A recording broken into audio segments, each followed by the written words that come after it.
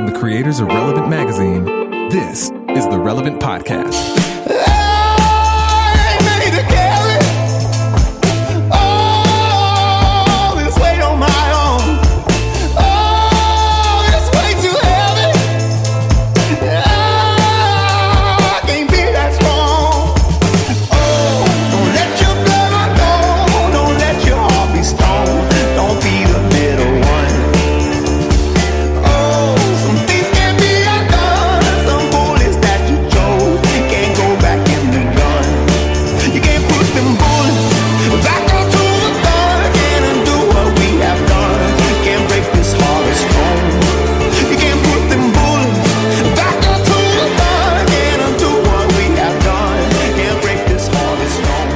It's June 15, 2018, and it's the Relevant Podcast. I'm your host, Cameron Strang, and joining me here in our Orlando studios, Mr. Andre Henry. Yo. Over there on the ones and twos, our newest member of our team and our temporary producer, Mr. Clark Flippo. What's up? Sitting in for Chandler, who's on vacation this week. On the Skype line from Loverland, Virginia, Jesse Carey. Hello, hello. And joining us from summer camp, author, speaker, podcaster, Annie F. Downs. Good morning, gents. Has the revival broken out? More than you can imagine. We're just having the very best of times. What's your view right now? Annie, how is the camp food there? That's my concern. Because to my knowledge, camp food is it's very macaroni based in my experience. No, this is actually pretty. I mean, I've been at campgrounds, camping facilities where the food is like when we do retreats or stuff where the food's pretty terrible. But this is actually really good. And y'all know that I'm like a super weird eater anyway. I'm kind of vegan and don't really eat meat and am allergic to dairy and blah, blah, blah. And so I have to eat kind of weird. And they have had great salads. So that makes me happy. Wow. What do you eat in a normal day? Like, I mean. Yeah, I eat a lot of fruits and vegetables. That's what I mostly eat is fruits. I eat a lot of avocado because I love it. And like for breakfast, I'll have, breakfast has been the hard one to sort out, not eating meat, really, but a lot of chia seed pudding. Wait, so before you were eating a lot of, before you would eat a lot of meat for breakfast? like eggs or bacon. Is eggs meat? I mean, eggs is, it's from an animal. Pre-birds. It's from an animal, but it's not meat. Is egg meat? I don't know. It's pre-meat. Yeah. Yeah. I mean, well, is your reason for not eating it like ethical or No. health? Oh, okay. Health. It just because makes I was going to say, I think you can ethically I can get by with eating eggs if it was ethical because it's pre-meat. Well, no, because I mean, you can ethically those chickens are laying eggs either way. You know what I mean? It's just, you're taking them, their unborn It's like you're not going to cut down them. the tree. You're only going to use fallen trees. You know, Yeah, exactly. you're just going to eat the fallen eggs. You don't have to go farm them. Here, can I tell you a pet peeve of mine? Is when I go into a Chipotle and they're like, okay, what protein do you want? I don't know, amino B. I want the chicken. Just call it meat, okay?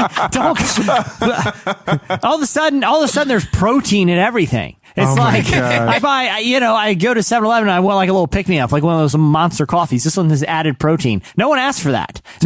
What protein do you want means they can't say what meat do you want because they also offer like tofu and stuff. So these are all the protein topping options. I want to know. I want to know how many people are ordering the tofu, and you could say, okay, what do you want for over here? Do you want meat or tofu? Like the protein, it's just absurd. You've doubled the amount of questions when you ask meat or tofu, and they say meat. Then you have to say what kind of meat. If you just say protein, you say chicken or steak. But I don't go on the right side. Oh, what vitamin B do you want? I'll have the brown What would you like As them a to call food it? category, it is a protein. I mean, it's like you have your vegetables, your protein, your starches. No, you have your vegetables, your meats. Protein is like a collection of molecules. Okay, it's absurd. We need to get over this whole protein thing. So you'd rather them say what kind of meat and someon go tofu. So here's the thing. That makes more sense. Okay, here's the thing. I eat protein bars, quote unquote, for breakfast all the time. At least I have the intellectual and moral honesty to just know I'm eating a candy bar. It's covered in chocolate. The inside is very cake-like, okay? But because it has protein in it, which is not a meat, because it has molecules that formed in a certain way that will, when consumed, will be digested and turned into, have the same values to my nutritional needs as meat. They say it's a protein I can eat for breakfast. But I have the intellectual courage to say I'm eating a candy bar for breakfast every morning. Well, this week's show is brought to you by Bright Peak and their Together budgeting app. Bright Peak is our partner this year, bringing you guys the Love and Money section at Relevant and all the resources that they have. Well, Bright Peak is an amazing company, and they are trying to change the way that our generation engages our resources, our finances, and our relationships. The Budgeting Together app is an awesome resource where it helps you really understand the why behind your money. It has budgeting tools. They have debt reduction tools. They have finance videos for men and women. They have finance calculators and guidance tips to help everybody grow stronger in their relationships as they work through money together. It's a big issue that how much there's a connectedness in relationships between financial health and relational health. Yeah. If a couple can't talk about money, there's probably other things they can't talk about either, right? Yeah. And so there's a through line, and it's been really challenging and fun partnering with them this year to create content and resources that help you guys engage that stuff differently. So go check out Bright Peak and their Together budgeting app. Yeah, well, the great thing about the app, too, is like it helps you find margin. You know what I mean? No matter what your finances are, you can literally use this and find more ways to live because they're about the values, and this can help you find more ways to kind of live generously and support causes. Let's say hypothetically that the cause is to help Cameron earn $100,000 for the Hood to Coast, which for longtime listeners know, if he hits that milestone, he will be hopping the Hood to Coast race in carbon fiber blades. I'm afraid he's going to be hopping either way, but and we have that on record. Problem. So download the app, figure out how you can make the margin, and let's make Cameron hop down Mount Hood. Margin enough to go double guac at Chipotle next time. But honestly, that is a great thing that they're helping people do. Like whether you make $20,000 a year or $200,000 a year, everybody can create margin in their budget and from unlikely places. And this budgeting app and some of the resources that Bright Peak has developed helps you find that. And why? It's not just to have more to consume more. It's so you can live below your means, and that affects your ability to, your calling. That affects the decisions you make with your career and your time, and your ability to live generously. And that's a big deal. So what's your motive? And I think that's what I love about Bright Peak's approach. So go check them out, brightpeakfinancial.com. Before we move the show along, the Friday episode, we do slices. We have our listener of the week. It's going to be a fun show. Coming up later, we have filmmaker Paul Schrader joining us. Legend Paul Schrader. Jesse, are you the one who does the interview? Tyler Daswick, and the Daz will do it. Daz will do it. Daz will do the interview. He has a new film coming out called First Reformed, and there's a ton of faith conversation around this thing. It's a fascinating conversation that comes up later. A lot of people are saying it's the best movie of the year. I mean, it's already in talks for Oscar contention. Yeah. So when the Oscars happen next February, and you're watching him walk across the stage, just remember that you first heard about the film and you heard a conversation with him here. We'll probably replay it to just to remind you that we got a probable Oscar winner on our show. Yeah. It's a big deal. Yeah. But no big deal. Not bragging. Before we move the show along, a little theater of the mind, we can see Annie and Jesse. We got the Skype up on the screen. Which is great. Jesse is beet red. It is the beginning of summer. We're full force in the summer now, and Jesse has changed hue. That's right. I'm spending a lot of time soaking up the vitamin D, which because I'm a normal human, I say I've been out in the sun. Not that vitamin D has been touching my skin. Are you doing more? Are you doing more around the pool? I know they're Virginia Beach. You're right near the coast. You're right near the ocean. I've been doing the beach. I've been doing the pool. The thing is, I live in a very active neighborhood. So we go to I'll bring my kids over to one person's house who's got a pool. They'll be over my house. We're outside all weekend, hanging with the neighborhood. I do have a pool, and both of you guys have pools. Yeah, pool. I mean, It's a way to beat the heat, but it's also a way to get them to know the neighbors. Once you have a pool, everyone's staying at your house, which is cool. I like having people over. See, that's where you and I are very, very different. Because like I, on Saturday, was home. I didn't have Cohen this weekend, so I was watching my Anthony Bourdain marathon, right? Yeah. I didn't really leave the house. And then on Sunday after church, I wanted to watch more Anthony Bourdain, and then it dawned on me. I felt bad like being inside. It was a beautiful sunny weekend, right? I felt bad. Gosh, tell me what you did. It dawned on me, I can stream TV on my phone. So wow. I started streaming Anthony Bourdain on my phone and went out and floated in the pool for 5 hours. It was wow. great. I would think you would have a TV outside, no?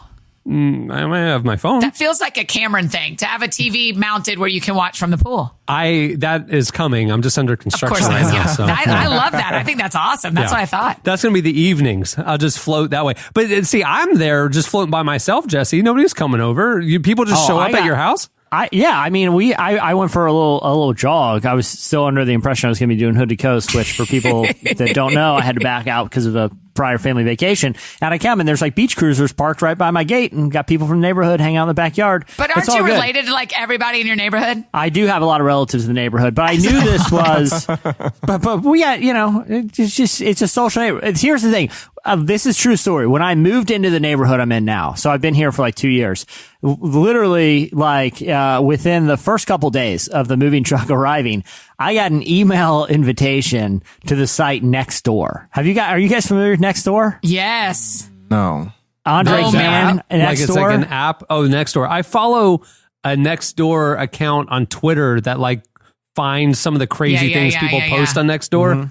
And Best so it's of like Nextdoor. almost like a neighborhood watch app or something. Yes. Yeah. So what it is, it's basically like a neighborhood message board where people can just go and talk about whatever they want. Got it. And Like somebody needs to pick up their trash on the corner of whatever, or somebody needs to trim the so and so. Oh, okay, I've heard of this. Like- Oh, kinda that's the simplest of things they say.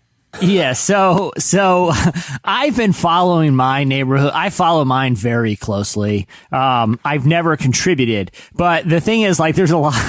A lot of it's just like the cable went out for a little while last night, so the whole neighborhood is buzzing on Nextdoor about the cable. When's cable coming back? Anybody get a hold of the For cable real? company? What's going on with the cable? You have to I have interact been- with the people who live around you. That sounds awful. Yeah, it's people next door. It's your neighborhood. It's literally the neighbors. And so so I'm always following these conversations, and there's been so many times I've been tempted to just start trolling everyone in my neighborhood because the people who are active are very conservative. Like last night, I was tempted to confess that I chopped the cable line on accident, and just to get the neighbors riled up. Like the other day, there was one where this guy was like, whatever, fraidy cat who's afraid to say it to my face, I'm not going to stop working out in my driveway on my truck, no matter how many times you call the city. Like that was literally a Nextdoor post. No. And I almost challenged that guy to a fight as a different person in the neighborhood. Wait, can you do it as a fake name, or are you exposed? You have to be you. No, Oh, you do? but here's the thing. I think I may have figured out a hack where I can create a did. fake neighbor and I control this thing. Like I Wow. want to create a fake persona and just start living out all my Nextdoor. Jesse, all my Brian Nextdoor Colangelo, fantasies. the president of the Philadelphia 76ers, did this exact thing, not on Nextdoor, but just on Twitter. Yeah, the and burner accounts. now he's out. Yeah, well, that was actually his wife. Did you hear that? It was his wife that was running the burners. Yeah. Well, that's the thing. This strategy is not without its risk because if I get caught, then these are my neighbors. These are my people. But like okay, High risk, high reward, though. High risk, high reward. Exactly. You know? This is infinite entertainment, and I will bring it to the podcast. Like once I start doing this, I'm going to bring the stories to podcast. So You I can't. started You're looking. related to all of them. They're going to know it's you. And you'll be They won't telling know. on They yourself. won't know. I'm never going to tell. I'm never going to tell. The only people that are going to Jesse. hear are this podcast. And if anyone tells my neighbors, they're in a heck of a lot of trouble because I'm going to do some horrible things. Like, so I started, like, the great thing about Nextdoor is they have like little, like, you can alert, you can make different it's all about the subject line with Nextdoor because you get a notification email when it comes, and most of it's like, oh, dog out, dog on the loose, Right. someone need a new bird feeder, whatever, But I went on Best of Next Door just to get my inspiration going. Like, here's a couple subject lines that caught my eye. Urgent, lemon throwers are at it again. Here's one everyone in the neighborhood would be buzzing about. Here's one. Suspicious van dropping off geese. Geese. Like, I would have the neighborhood chatter. I need a very good recipe for pickled eggs. Wow. I mean, it's like the neighbor from across the street in Bewitched or any 60s sitcom that like peered through the window and she was a gossip and she was going to just tell everybody what's going on. She now has an app. It also can be really helpful, to be fair. But I like the string that Jesse's leaving us down. But it can be really helpful too.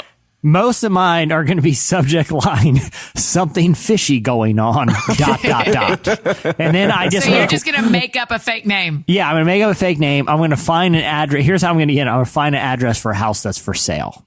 And I'm going to claim that as my residence. But it's always going to be something fishy going on. And then I make accusations that someone in the neighborhood might be into something nefarious. And I'm going to try to... I am going to try to create drama just for the entertainment value. I think I'm going to throw wild accusations, accuse people of not cutting their grass. I want to be the ringmaster of a neighborhood reality show that only I watch. I mean, clearly you have some hot-tempered neighbors. The guy who's upset about somebody's calling the police on the guy who's working on his pickup truck in his driveway. I mean, you've got some stuff that you can I would have stoke. been all over that thread. Like, if I had the name set right now, I would have been like, Frank, I'll come over, say it to your face right now. And then I would say, who's with me? ! And then get other people to go confront Frank while I just ride my bike by casually, watching Frank get yelled at.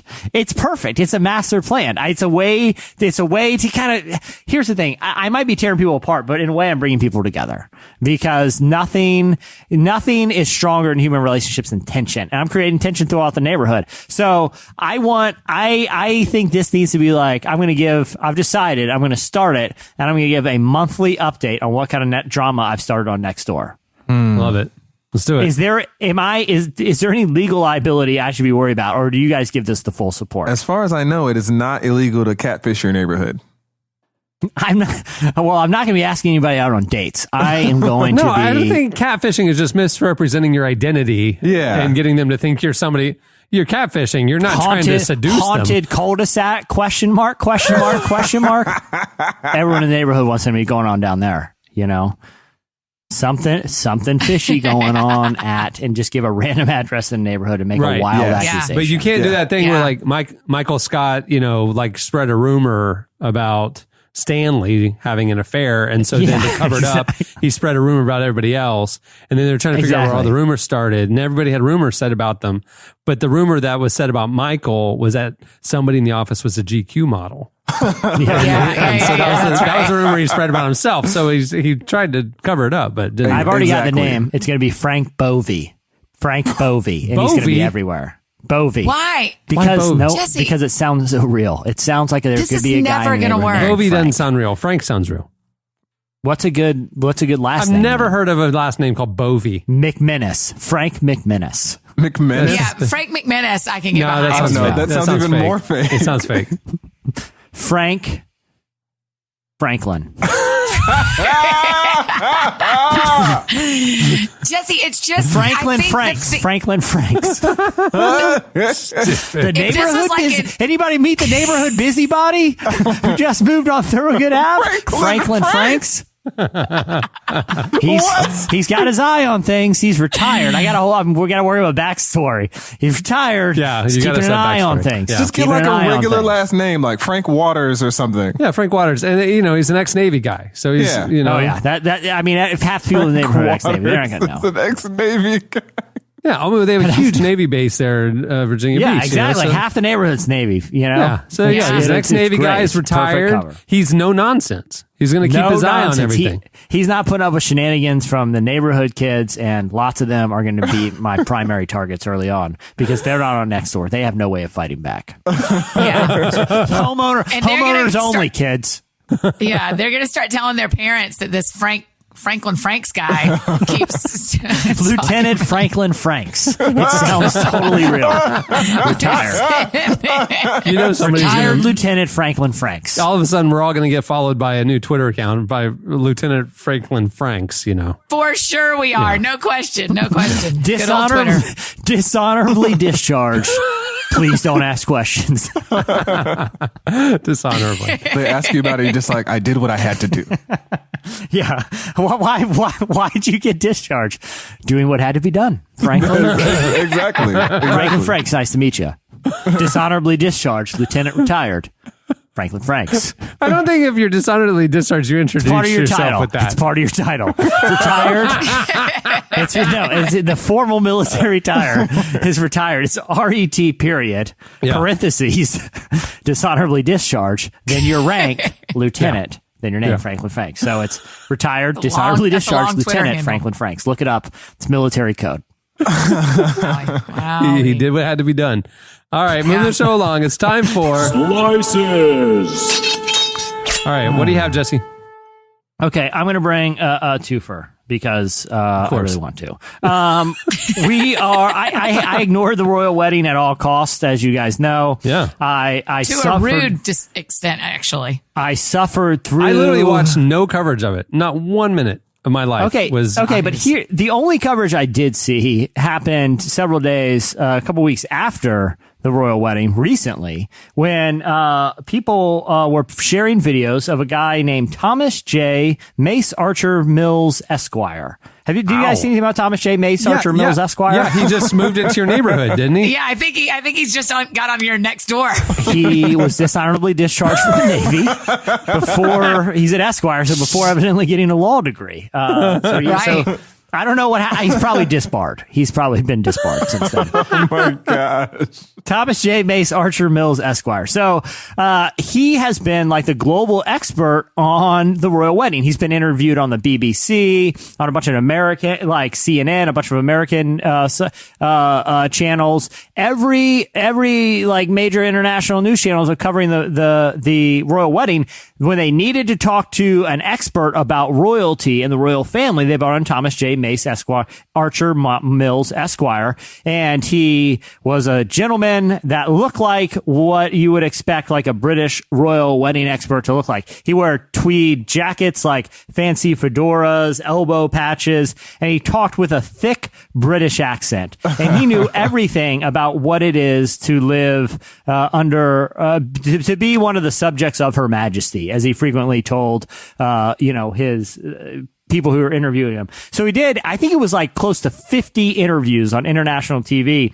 Wow. He even got hired by a cable news channel to provide live commentary as the world's foremost British royal expert. But a few days after the royal wedding, actually 10 days after the royal wedding, the Wall Street Journal did some digging about this expert and found that Mace Archer Mills Esquire, his real name is Thomas Muscoletto, and he's from New Jersey and was not in fact born in England and is not a royal expert. So he moved to the UK back in 2012 and he has decided just to adopt a British persona because he loves it. He just loves it so much that he's pretending that he's this old British expert. And they ask, where did you learn the fantastic British accent? And he said, I played Oliver in a school play when I was a kid and learned it then. And he my gosh. He says he's not a fraud because he's not making stuff up about the royal family, which I would give him way more props if he did. But he's not British. Yeah, you would. He didn't grow up in the countryside like he claims he did. And his name isn't what he claims it is. And I don't know if he has a law degree, because he has Esquire. But, props to that guy. It just shows, just because you're not, born in England doesn't mean you can't be an Englishman on TV, and do what, shoot your shot, live your dream. Good job, Muscolo. I'm proud that an American infiltrated that whole horrible institution. Does he still live in England? Yeah, he still lives in England. He just lives there. That's his life. Oh yeah, he loves it. And do you get arrested for stuff like that? Can you get in trouble for that? What would they arrest you on? Yeah, what I don't know. charges? That's why I'm asking. Impersonating an Englishman? Lying?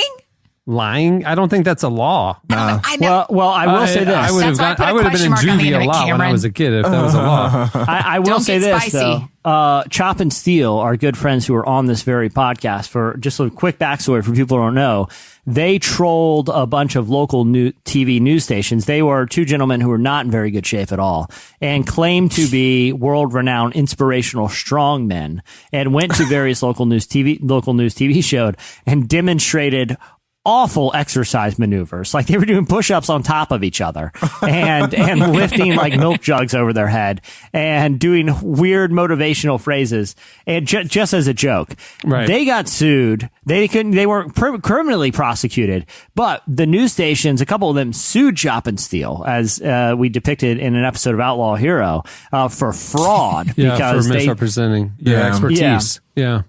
Well, No, that would be the same judge- thing. That'd be the same thing. A judge 2 weeks ago dismissed it. Oh. Without prejudice. Really? So opening the opening the lane wide open for Be who you want to be, man. I love it. a lot more misrepresentation on morning talk shows.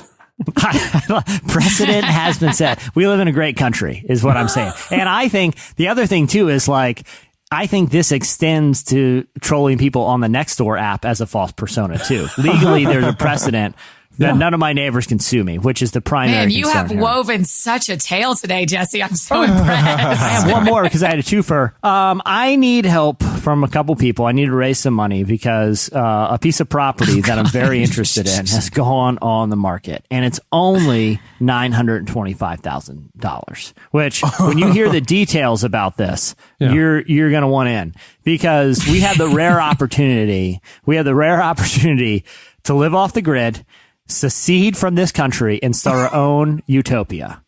Here's the piece of property. It's out in the desert in California, and it's an actual ghost town. It's 300 acres of land. And so there are still 22 historic structures on the site, including a historic hotel, a bunkhouse, a chapel, a saloon, a museum, and you get all of it. You get all of it. I love for the Wild 900 West. Yeah.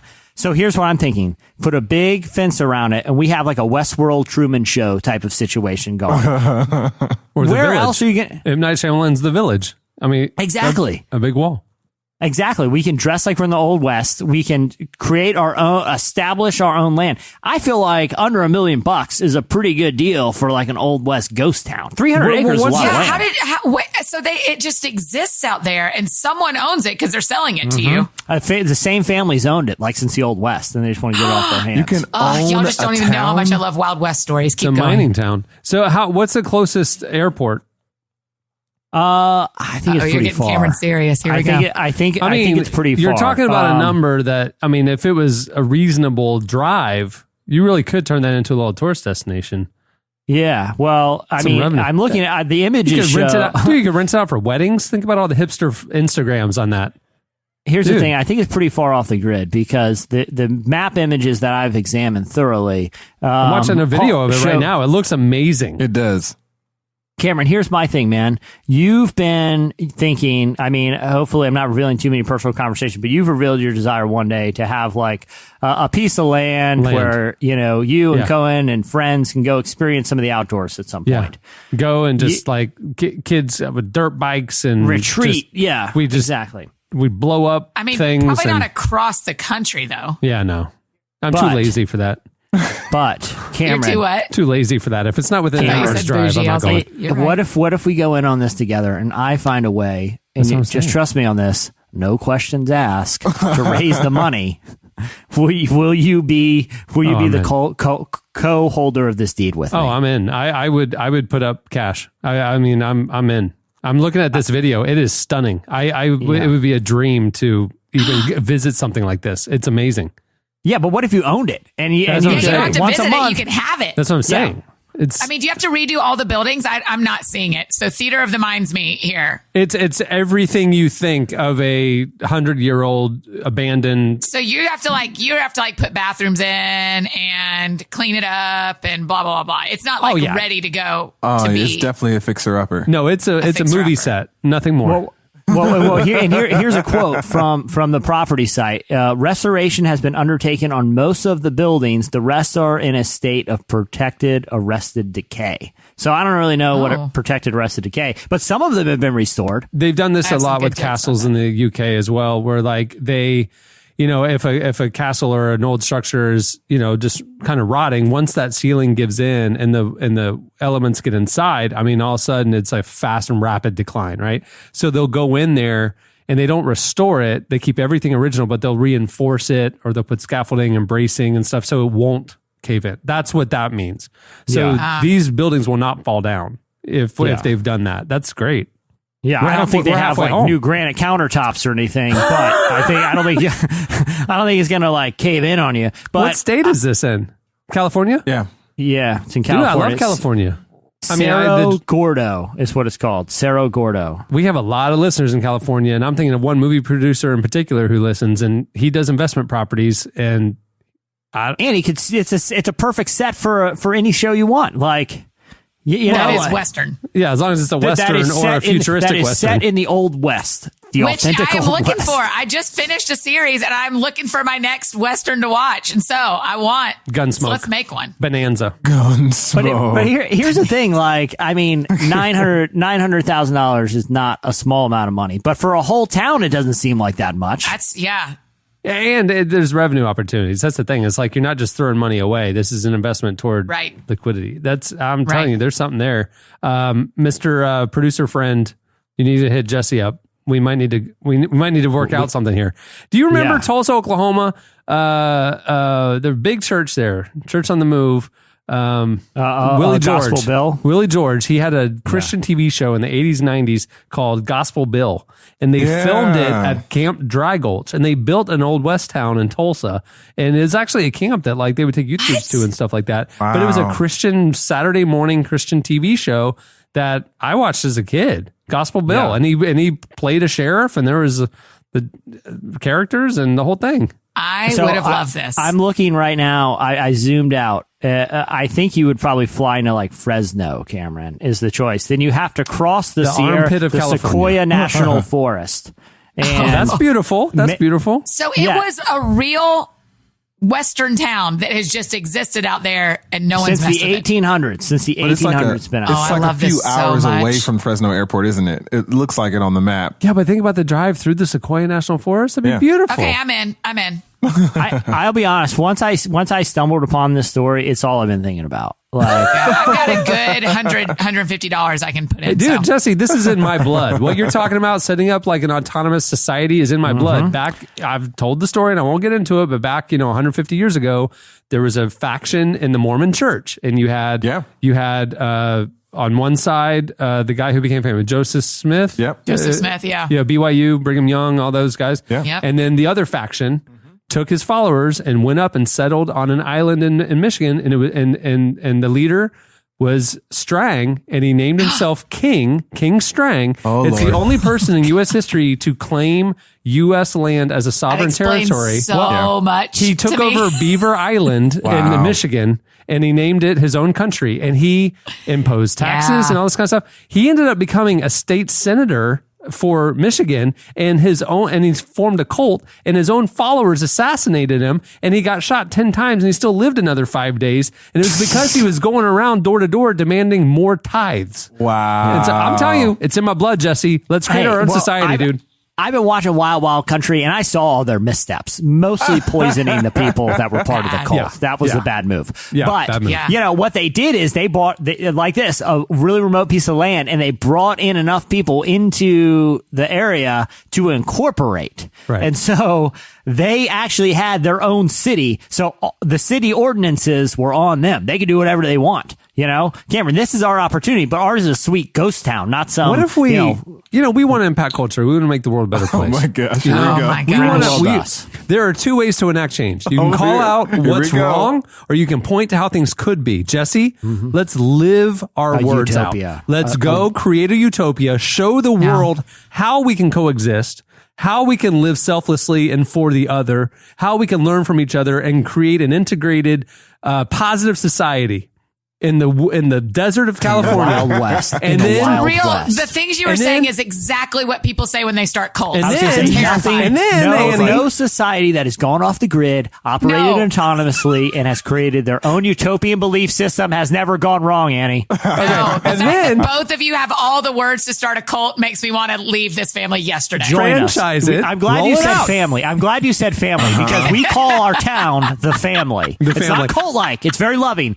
But you're part of welcome to what we do is family. we have the model, it's working, it's sustaining, and then we bring people in to learn the model, franchisees, Andre, and then they go out and they do it as well, and we replicate it that way. It's a church growth strategy. It's basically the arc. It's basically arc and all that stuff. I was like, I feel like I've heard this happen before. If there's any disputes, we will settle him the old West way, which is, it's actually pretty grisly when you think about it. It's a duel. It is a duel at high noon. I do like the idea of eating lunch at a saloon where the doors swing open. Yeah. I like the swinging door. Except every time you don't sit close to the bartender. They always slide the beverage. They sling the drinks. Yeah. But I Swing think the O'Doul's non-alcoholic beer. I think the swinging door noise would give me PTSD because half the time somebody goes in there, there's a problem. You know, like if the doors are swinging, he's looking for somebody. Hey, if you're going to start a Wild West cult, you're going to have some problems, Cameron. You don't need to be afraid of. No, that's part of the excitement of living there. Because Cameron, haven't you ever wanted to be in an old-fashioned saloon tussle where someone gets picked up by the scruff of the neck in their belt loop, and they are run down the surface of the bar like this, whoa, thrown off. Then a guy jumps off the balcony, swings on the chandelier, and with two boots kicks the guy who dragged the guy across, all while the lady on the piano thing is still cranking out the saloon tunes, and the guy's playing poker in the corner. That's me. That's Annie. I'll just keep cranking out those tunes. That happens every night. That happens every night in our little city. That happens every night in our charming little place. I've always wanted to wear one of those fancy red dresses like they do. So okay, I'm in. I'm back in again. I'm in again. Awesome. The sort of guys that would want to move out there, high character, hardworking guys, sort of guys that Annie, you'd want to be around. Yeah, for sure. So some guy, I was on a plane the other day, and some guy was watching the, like the 90s film Maverick. It was on the Ethiopian Airlines flight that only has old movies, and for some reason Maverick in like 3 different languages was on there with Jodie Foster and Mel Gibson. And I was watching it out of the corner of my eye. You know how like even if it's a movie you don't care about on a plane, whatever your seatmate's watching is always more interesting than what you're watching. But you can't flip over to it because then they know you flipped over to it because you were watching what they were watching. That was that scenario. Because like, man, I haven't seen Maverick ever, and it made the Old West look pretty cool. There was fist fights, there was bull whips always flying around. They were going down the countryside on trains. They were shaving with those old blade, big single blades. It was very cool. Are we talking about using an Old West setting to create a new type of society? Because if that's the case, then we're not like living like it's 1800s. We would still have technology. We'd have, I was just about to ask about that. Like, you guys are going to like role play out there? No. See, I'm saying. Hey, what about this you guys business, Andre? You got to come too. Yeah, you got to come too. Racial harmony is going to be one of our main tenets. What are you talking about? We need you. Dude, the pictures, if you can look online, folks, look up, what's the name of the town? It is really beautiful. So CERROGARDO.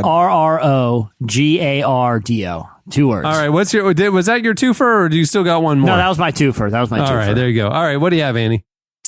So, I mean, we've already discussed my current eating habits, but pizza still has my heart, as we've talked about before. I just can't eat it. But listen, Domino's. Have y'all noticed that Domino's is kind of upping their game lately? Have y'all seen that they are having hot spots around where you can get pizzas delivered to you, like at a park or at a football stadium? They rolled out for the summer 150,000 hot spots where like public spaces where you can have Domino's deliver.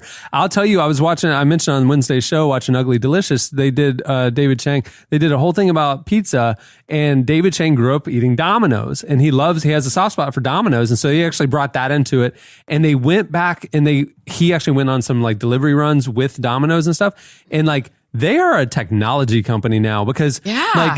when you place your order, I mean, you're getting live updates of the status of the pizza. You can track it and stuff.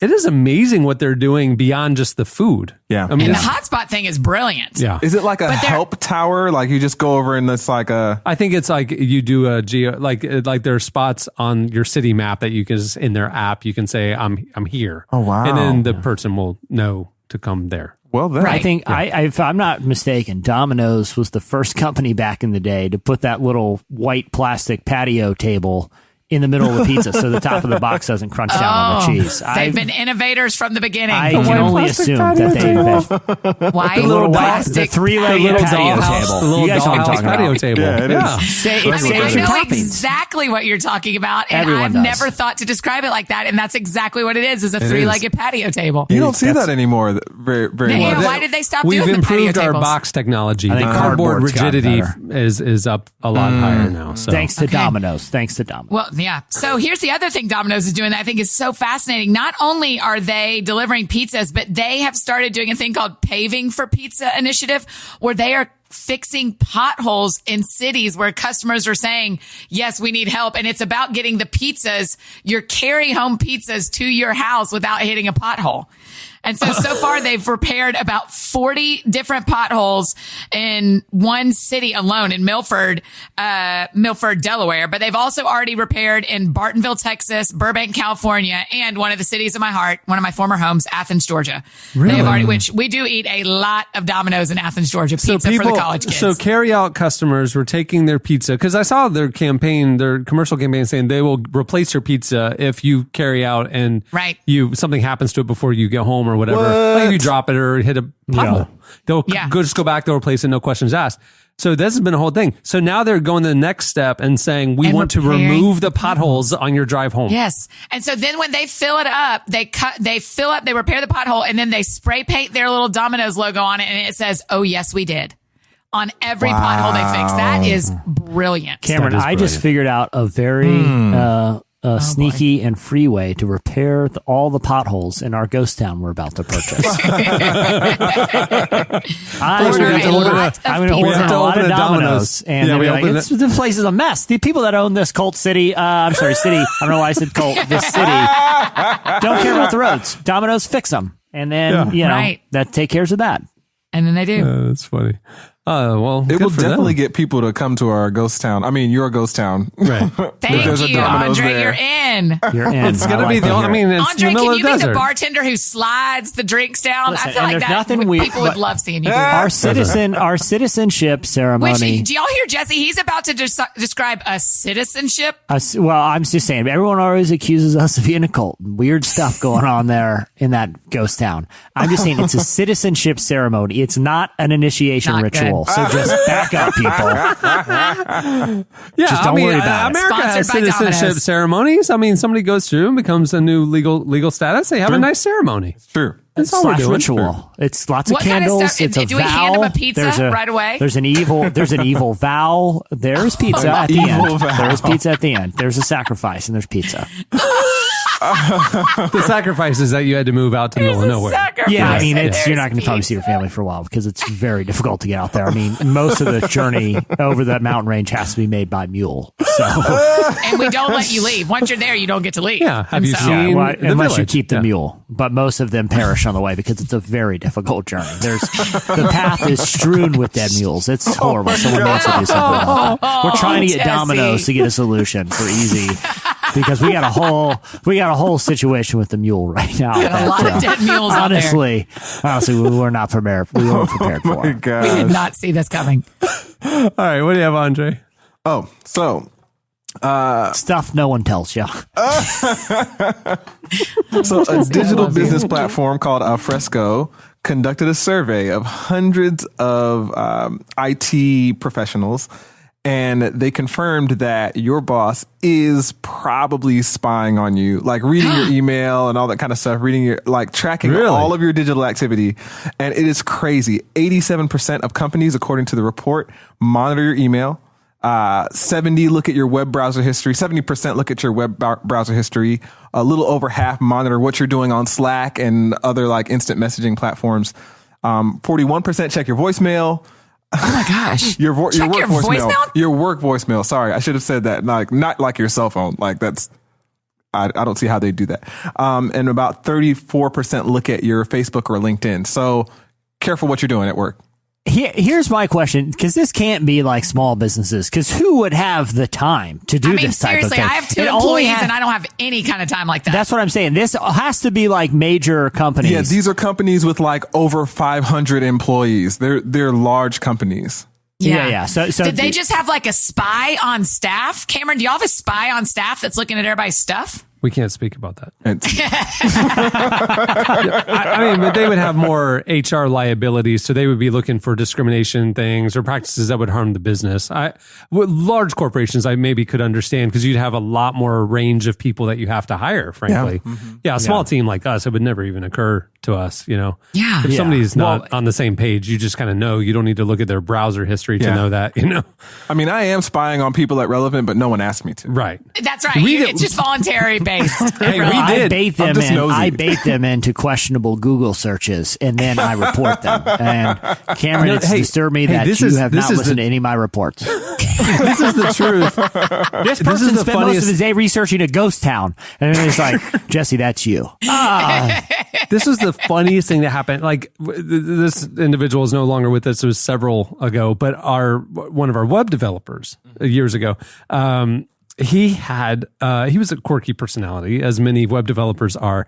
And on the little camera on his iMac, he put a piece of tape over the little dot, right? Okay. And I didn't notice it for a long time. But then Jesse's already laughing. He wasn't like around one day, and I looked over there and I was like, why does he have that on there? Yeah. And JD says he thinks you're watching him. He thinks you're watching him. Well, he thought you personally were watching. Specifically? Yeah. So he thought there's so many holes in this. Number one, if I was wanting to spy on an employee, I don't want to activate their camera to look at their face. Right. I would want to screen share with them. Right, yeah. Yeah, because it's like, well, I know he's at his computer looking at something. Yeah. And it's like, that tells me nothing. Two, Right. That is suspicious. The little green dot fires up. I mean, there's no Right. sneaky whatever. But JD said, no, very seriously, he thought he had evidence that I was activating his camera to watch him. Wow. So, But does that make you question his skill as a developer if he thinks that's Yeah, right. Because you're like, he doesn't understand very much about kidding. He was computers. Do y'all put tape over your little camera? No. I have so many friends who do that, who keep tape over their camera because they're like, people are watching you all the time.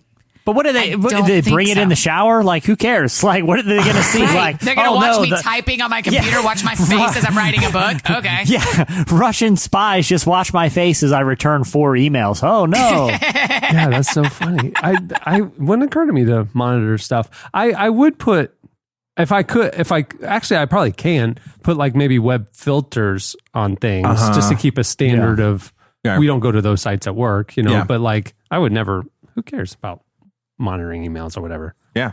Anyway, strange. Okay. Well, on that note, we'll wrap up Slices. Stay tuned. Up next, Paul Schrader joins us. Are you into me like I'm into you? Do you wanna do the things I wanna do with you? You're so close and yet so far. I wonder how you look when you're in the dark. You're just one click away, click away, click away from something real or fake, real or fake, real or fake. You're just one click away, click away, click away. You're listening to Claro. The song is Hello. At the beginning of the podcast, you heard Need to Breathe with Bullets. Well, this episode of the Relevant Podcast is brought to you by Blue Apron. With incredible ingredients and chef-designed recipes, Blue Apron lets you see the power of what food can do. Blue Apron delivers farm-fresh ingredients and step-by-step recipes right to your door. And the menu changes every week based on what's in season and is designed by Blue Apron's in-house culinary team. Like right now, you can enjoy meals inspired by the vibrant cooking of the Mediterranean. I mean, it's summer, like seared salmon and spicy orange salsa. It's centered around fruits, veggies, lean meats, and plenty of olive oil. The recipes are delicious and nutritious. Blue Apron offers 3 plans: the 2-person meal plan, my favorite, the family meal plan, and the wine plan. Hey, check out this week's menu and get your first 3 meals for free at blueapron.com/relevant. That's blueapron.com/relevant to get your first 3 meals for free. Blue Apron, a better way to cook. Legendary filmmaker Paul Schrader is known for writing films like Raging Bull, Taxi Driver, and directing numerous other critically acclaimed movies in a career that dates back more than 40 years. His latest film is called First Reformed, and it stars Ethan Hawke as a priest suffering a crisis of faith. It's already being called one of the best films of the year. The current issue of Relevant that's at the printer right now, it's going to be coming out soon, has a great profile and conversation with Ethan Hawke in it. It's great. But we want to bring you the conversation with the film's acclaimed director here on the podcast. We recently spoke with Paul about the film and his own faith story. Here is Paul Schrader.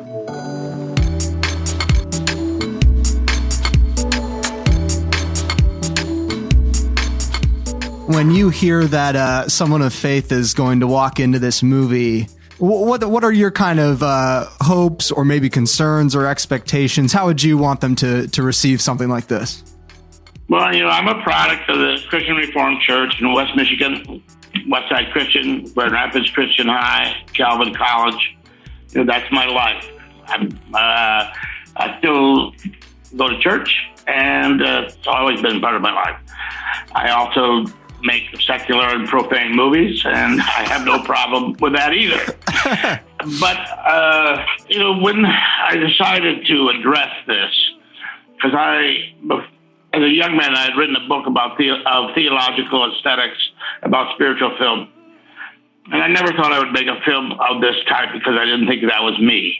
And then about 3 years ago, I started to realize that the time had come in my life to write a film about the crisis of faith. And that's sort of how it began. And I did do a little bit of a seminary tour about a month ago. We showed the film, had a Q&A, and then the next day I gave a lecture from the new edition of the book, and we had a faculty panel, and we did this at Calvin College in Grand Rapids. We did it at Fuller Theological in Pasadena, and then we did it at Yale Divinity in New Haven. So I did have a chance in these 3 cities to speak to a lot of theologians, seminary faculty, and students. So I did get a pretty good feel for that, how the film would be responded to. Why this character specifically to focus in on? I mean, because he does have that really rooted traditional background that you talk about. The first script I wrote was Taxi Driver, which was about a young man who was lonely and who was a taxi driver. And then another 15 years later, I wrote about him when he was a drug dealer and he was anxious and middle-aged. Now I'm writing about him as a pastor, and I'm an older man, and he is now caught with the sickness unto death. And so it's just an evolution of a character that has meant something to me over the decades. And it's kind of different, though, because you would expect, and you hear this a lot in the church, too, that, that God and a relationship with Jesus is almost like can be a cure for loneliness, that you're never truly alone. And I feel like that can be a conception of what it means to have faith. So I feel like this kind of probes at something different than what something like a Taxi Driver. Yeah, well, that's when God is listening, when instead you feel his silence, then the shoe is on the other foot. He says in the movie that this journal is a form of prayer. Right. Well, he wouldn't be writing the journal if he could actually pray. Yeah, that's the one thing I kept thinking is we're never seeing this guy talk to God. Well, he's trying. It comes up over and over again. He talks about it. If I could only pray, how easy it is for people to talk about prayer who have never really tried. He's not the first person to feel that there's nobody on the other end of the line. Is that something that you're hopeful is kind of like a doorway into the movie where other people can like relate to that experience, or do you find this experience to be something really specific to this character? No, I mean, I think that every Christian at some point passes through a period where they just think God's not listening and that they've lost communication and they may never find it again. And what should they do? You know, this is part of the spiritual dialogue of a conscientious person. Then what would you say to someone who sees a movie like this or even like a trailer or a spot for something like this and just kind of dismisses it as one of those, like, you know, secular, profane movies? You know, it's not as intense as like a Taxi Driver, but what would you say to someone who's kind of ready to dismiss this movie off the bat? Well, I would first say, be my guest. You know, nobody's making you see this movie. You know, I can lead a horse to water, but I can't make him drink. If this is not for you, fine with me. But if you are a person of faith, I think it deserves a view. My church, Mount Kisco Presbyterian, sponsored a screening at the Burn Center in Pleasantville here in New York a month ago. And we had a screening for the congregation. And it was an edifying experience all around.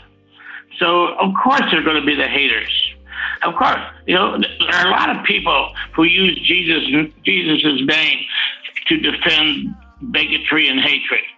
And I don't know. I don't even know how you approach those people.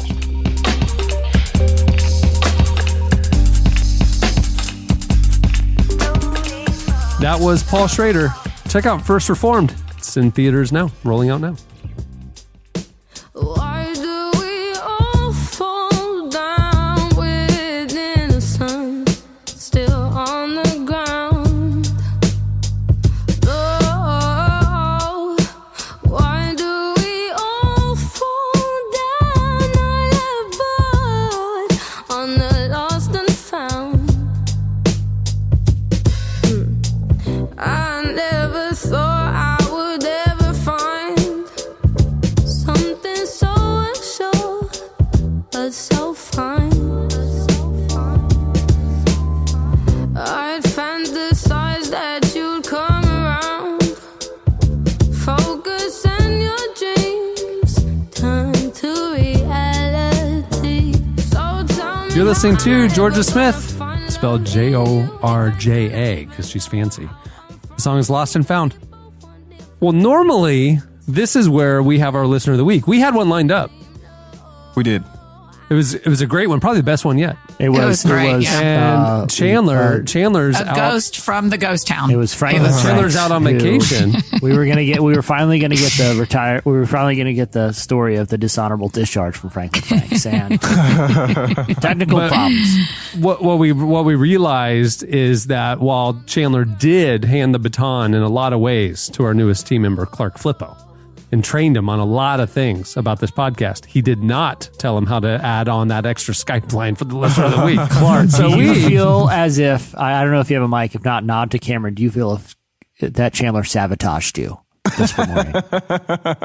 That's a yes. It's a hardcore sabotage. That's a for sure. Yes, that's a hard yes. Yeah. So due to technical difficulties, we will punt the listener of the week this week, and we will bring it back next week. We're having a lot of fun doing the listener of the week. I love it. Yeah, it's great. So with that, we'll wrap the show up. I mean, considering we spent a solid 40 minutes planning our vacation destination /cult, I think Shocking. we can probably wrap the show up. We should go. We should let people have their weekends. We should just Well, leave. and you're saying we're ending on a high note. No Yeah. offense We're to ending there, Paul Schrader, yeah. but we brought back up the ghost town, so we're technically ending on that high note. Congratulations on all your work. Lord and have Oscars. mercy. Yeah. That's hilarious. All right. Many thanks to the show's sponsor for making the episode possible. Go over to loveandmoney.com to get the Together app and check out all the resources they have to help you live more generously. And also thanks to Blue Apron. Remember, you can get your first 3 meals for free by going to blueapron.com/relevant. Well, before we wrap the show up, there's if you heard Wednesday's episode and obviously the news from the last week or so, there's a lot of conversation right now about mental health, especially in the church and having honest conversations. The current issue of Relevant, which is out now, has actress Aubrey Plaza on the cover talking about that exact thing. If you haven't seen the issue, newsstands or picked it up, or if you don't subscribe, I highly suggest you do it. You can go over to relevantmagazine.com and check out the entire issue. And actually, while you're there, if you subscribe now, you will get the next issue. You'll get it in time for the next issue, which is at the printer now. A lot of good stuff coming. We'll tell you about in the coming weeks. Excited. Yeah. It's a good episode or good issue. On that note, we will wrap things up. I'm Cameron Strang. I'm Andre Henry. I'm Clark Flippo. I'm Jesse Carey. I'm Annie F. Downs. We'll see you next week.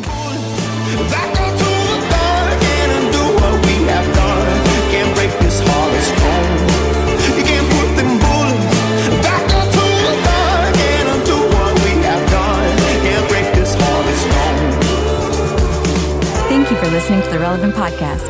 If you like what you heard, be sure to leave us a review on iTunes.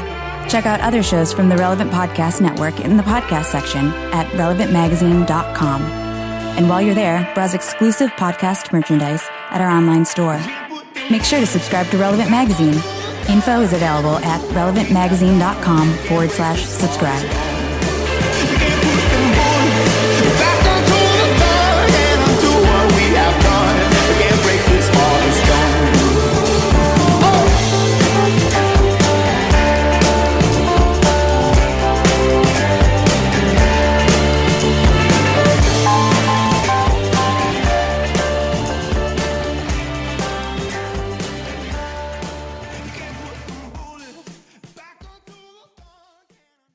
Russian spies just watch my face as I return 4 emails. Oh, no.